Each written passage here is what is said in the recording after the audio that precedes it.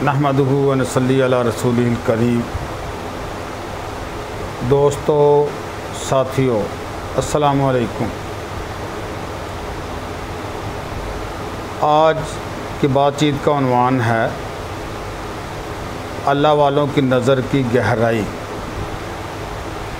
दोस्तों, ये जो अल्लाह वाले लोग होते हैं, ये बाद मर्तबा दुनिया और बात कर रही होती है, ये और समझ रहे होते हैं, या ये और बात कर रहे होते हैं, दुनिया और समझ रही होती है। वो मैंने पहले एक मर्तबा बताया था ना कि वो बाहर आवाज़ लगा रहा था कि अच्छे संगतरे, वो संगतरे बेच रहा था, और ये किसी और तरफ बात ले गया अल्लाह वाला कि अच्छे संगतरे, कि अगर संग अच्छे होंगे, दोस्त अच्छे होंगे, रफ़ीक अच्छे होंगे, यार बेली अच्छे होंगे तो तू तर जाएगा, डूबेगा नहीं फिर। तो इसी तरीके से एक अल्लाह वाले बाज़ार में फिर रहे थे। बाज़ार में लोग अपने काम काज में मसरूफ़ हैं, कोई रुपए गिन रहा है, कोई अपने सौदा वगैरह गिन रहा है, कोई सौदा बेच रहा है, कोई ख़रीद रहा है। इतने में आवाज़ आई मस्जिद से, हय्या अलल फलाह, हय्या अलस सलाह। अल्लाह वाला रोना शुरू हो गया, कहने लगा मैं क्या करूं इलाही, मैं क्या करूं, मेरी तो समझ में कुछ नहीं आता। करीब से गुजरने वाले ने पूछा, ओ अल्लाह वाले, क्या बात है, किस बात पे रोना रो रहा है? कहने लगा कि मेरा रोना तो ये है कि अब अल्लाह पाक आवाज़ लगा रहा है, आवाज़ आ रही है हय्या अलस सलाह, हय्या अलल फलाह। और लोगों, आओ जो मुझसे नाराज़ हो गए या जिनसे मैं नाराज़ हो गया, आओ मेरे घर के अंदर आ जाओ, आज हम सुलह कर लें, आओ मुझसे सुलह कर लो, आओ मुझसे सुलह कर लो। लेकिन ये सब लोग, कोई आवाज़ लगा रहा है और सौदा तोल दे, कोई आवाज़ लगा रहा है और मुझे जल्दी कर, मुझे जाना है, कोई पैसों की गिनती करने के अंदर मसरूफ़ है, लेकिन अल्लाह की तरफ सुलह करने के लिए कोई नहीं जा रहा। थोड़ी देर के बाद उसी गुजरने वाले ने देखा वही अल्लाह वाला कब्रिस्तान के अंदर जाकर ऊंची ऊंची आहोजारी करके रो रहा है। उसने कहा, अल्लाह वाले, क्या बात है, यहाँ पर फिर तुम रो रहे हो? कहने लगा, हाँ हाँ, मेरा रोना इस बात पर है कि अब ये बंदे आवाज़ लगा रहे हैं, कहते हैं कि इलाही हम सुलह करने के लिए तैयार हैं, सुलह कर ले, लेकिन अब अल्लाह मियाँ नहीं मान रहा, वो कहता मैं सुलह नहीं करूँगा। बाजार में जब ये जिंदा थे, अल्लाह आवाज़ लगाता था कि आओ बंदो मुझसे सुलह कर लो, लेकिन ये सुलह नहीं करते थे। अब कब्रिस्तान के अंदर जब सुलह की मुद्दत ख़त्म हो गई, मोहलत ख़त्म हो गई, ये कहते हैं कि इलाही सुलह कर ले, लेकिन अब अल्लाह सुलह करने के लिए तैयार नहीं, ना वो सुलह कर रहा है इस वक्त, ना ये उस वक्त सुलह कर रहे थे। अल्लाह वालों की अपनी ही दुनिया होती है भाई। तो मैं अर्ज़ कर रहा था कि बाबा फरीदुद्दीन गंज शकर रहमतुल्लाह अलैह पाकपतन शरीफ वाले, बड़ी गहरी नज़र है। मुरीद आया, वो कैंचियाँ बनाता था, तो उसने अपने हाथ की मेहनत से, कोशिश से, बड़ी अकीदत से, एहतराम से बाबा जी के लिए कैंची बनाई। आकर अपना तोहफ़ा पेश करने लगा हज़रत के यहाँ, हज़रत मेरा नजराना, मेरा तोहफ़ा कबूल करो। लेकिन बाबा जी फ़ौरन फरमाया, बेटा मादरत करता हूँ, मैं ये नहीं रख सकता। वो कहने लगा, हज़रत क्या बात है, ये कीमत के अंदर कम है, ये औकात के अंदर कम है, दुनिया वालों की नज़र के अंदर कैंची कोई हैसियत नहीं रखती, इसलिए आप कबूल नहीं कर रहे। फरमाया, बेटा दुनिया वालों की नज़र और होती है, दीन वालों की नज़र और होती है। फरमाया, बेटा तू कैंची की जगह एक सुई लेके आ जा। कैंची तो बाज़ार के अंदर 100, 200, 400, 500 रुपए की होगी, और ये सुई की कीमत यह है कि 1 रुपए की 4 या 5 आ जाती हैं। बेटा मैं वो सुई कबूल कर लूँगा जो कीमत के अंदर इससे भी कई गुना कम है, लेकिन बेटा मुझे मजबूर न कर। मैं तेरी कैंची वाला तोहफा कबूल नहीं कर सकता। बाबा जी इसके अंदर क्या हिकमत है, इसके अंदर कौन सा नुक्ता है कि आप कैंची कबूल नहीं करते और कहते हैं कि सुई कबूल कर लूँगा। बाबा जी फरमाने लगे, ओ बेटा मैं डरता हूँ कि तेरे तोहफे का असर कहीं मेरे किरदार पर, मेरे अमल पर न पड़ जाए। बेटा मुझे अल्लाह की तरफ से दुनिया को जोड़ने के लिए भेजा गया है, मुझे दुनिया को आपस के अंदर कुर्बत और मोहब्बत देने के लिए भेजा गया है। बेटा मैं नहीं चाहता कि तेरी कैंची वाला अमल, तेरी कैंची वाला असर मेरे किरदार पे पड़ जाए। बेटा कैंची का काम ये होता है कि एक को काट कर दो कर देना, जबकि सुई का काम ये होता है कि दो को मिलाकर एक कर देना। बेटा मैं दुनिया को एक करने के लिए आया हूँ, मैं तोड़ने के लिए नहीं बल्कि जोड़ने के लिए आया हूँ। बेटा कैंची तोड़ने का काम करती है, कैंची नफरत का काम करती है, कैंची जुदाई का काम करती है। बेटा सुई मिलाने का काम करती है, सुई जोड़ने का काम करती है। और मैं भी अल्लाह की तरफ से अल्लाह के बंदों को आपस के अंदर भी जोड़ने के लिए आया हूँ और अल्लाह के बंदों को अल्लाह से भी जोड़ने के लिए आया हूँ। इसी तरीके से एक बुज़ुर्ग हैं, मैंने कहा ना ये बड़ी गहरी नज़र वाले होते हैं, मौलाना अब्दुल कुद्दूस गंगोही रहमतुल्लाह अलैह। जा रहे हैं अपने मुरीदीन के साथ, एक रूढ़ी है गंदगी का ढेर, वहाँ पर अचानक ठहर गए। मुरीदीन ने नाकों के ऊपर रुमाल ले लिए, टिशू कर लिए, बदबू आ रही है। हज़रत यहाँ क्यों खड़े हो गए, आए आगे ज़रा चलें, बदबू आ रही है। हज़रत फरमाने लगे, बेटा ये जो गंदगी का ढेर है ना, यहाँ से भी एक सबक मिल रहा है।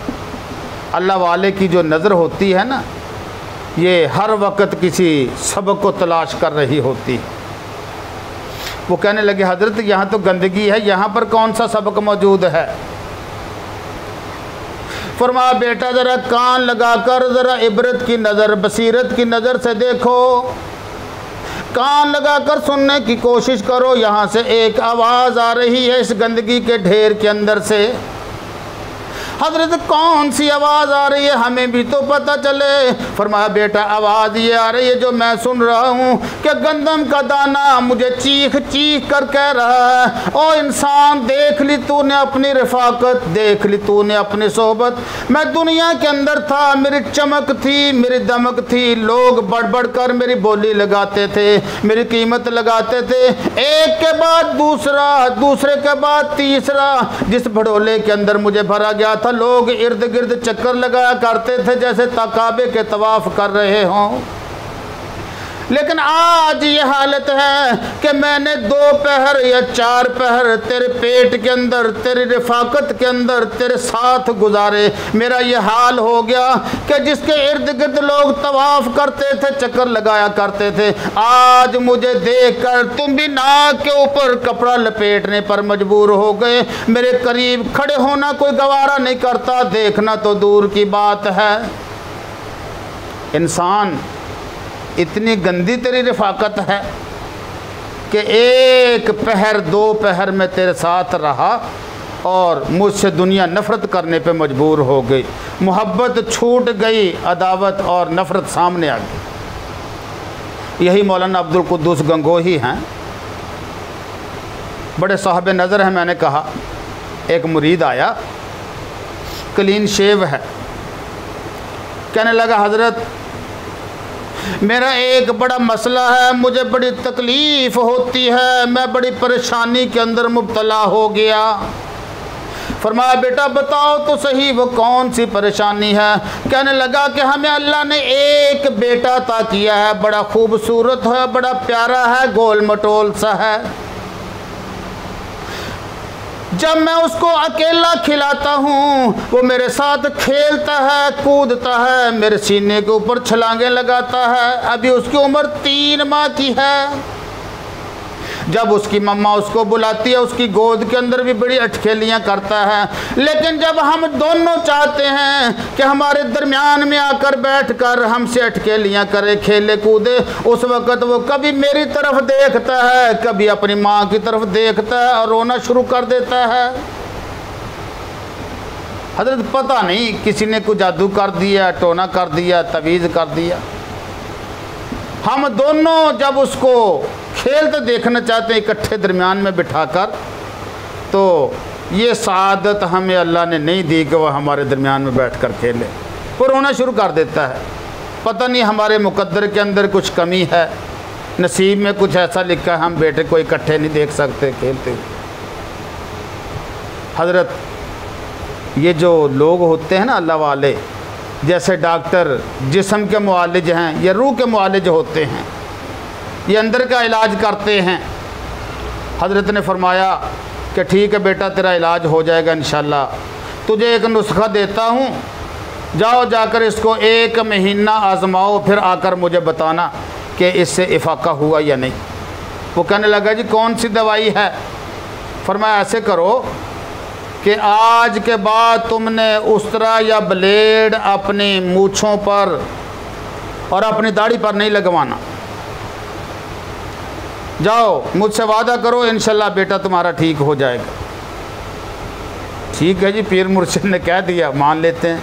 लेकिन बज़ाहिर अकल इसको तस्लीम नहीं कर रही कि यह क्या हुआ है, बच्चा रोता और दाढ़ी मैं रख लूँ, मूँछें रख लूँ थोड़ी सी। महीने के बाद तारीख में लिखा है, किताब में दर्ज है कि महीने के बाद वो मुरीद आया, आकर हंसी खुशी तोहफा पेश करने लगा। हजरत मसला हल हो गया, मेरा बेटा अब रोता नहीं बल्कि हमें देखकर खुश होता है, अटकेलियाँ करता है, हमसे खेलता कूदता है। लेकिन बात मुझे समझ नहीं आई। मैंने तो इसलिए ये मान लिया था कि मेरे पीर ने हिदायत की, मैंने तस्लीम कर ली, मेरे मुर्शिद ने कहा, मैंने मान लिया।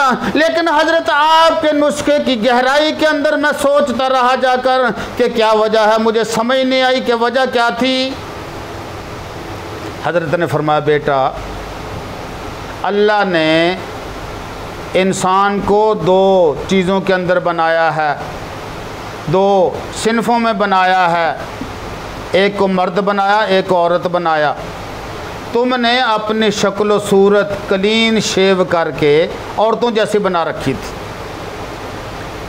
और बच्चा फितरत पर है कि वो समझता है, अल्लाह ने उसके जहन में ये बात इल्का कर दी कि एक तेरी माँ है, एक तेरा बाप है। तो वो जब तुम दोनों को देखता था, जब तेरे पास होता था तुझे भी माँ समझ कर खेल लेता था, माँ के पास भी माँ समझ कर। लेकिन जब तुम दोनों इकट्ठे होते थे तो फिर वो समझता था कि एक मेरी माँ है, एक मेरा बाप है, लेकिन चेहरे दोनों के एक जैसे हैं। तो वो जब उसकी बात समझ में नहीं आती थी फिर वो रोना शुरू कर देता था। और अब ये हुआ कि तुम्हारे चेहरे पर दाढ़ी और मूछ थोड़ी थोड़ी आ गई, तो अब उसको पहचानने के अंदर जो कुदरत ने उसके जहन में डाली है ना कि एक बाप है एक माँ है, तो अब उसकी पहचान सामने आ गई कि हाँ ये दाढ़ी वाला ये मेरा बाप है और ये जो बगैर दाढ़ी का ये मेरी माँ है। अब उसके जहन पे बोझ नहीं पड़ता, अब उसने रोना बंद कर दिया। तो ये होते हैं भाई अल्लाह वाले। दुआ फरमाएँ कि हमें इनकी कदर करने के अल्लाह तौफीक अता फरमाए। व आखिरु दावाना अनिल हम्दुलिल्लाहि रब्बिल आलमीन।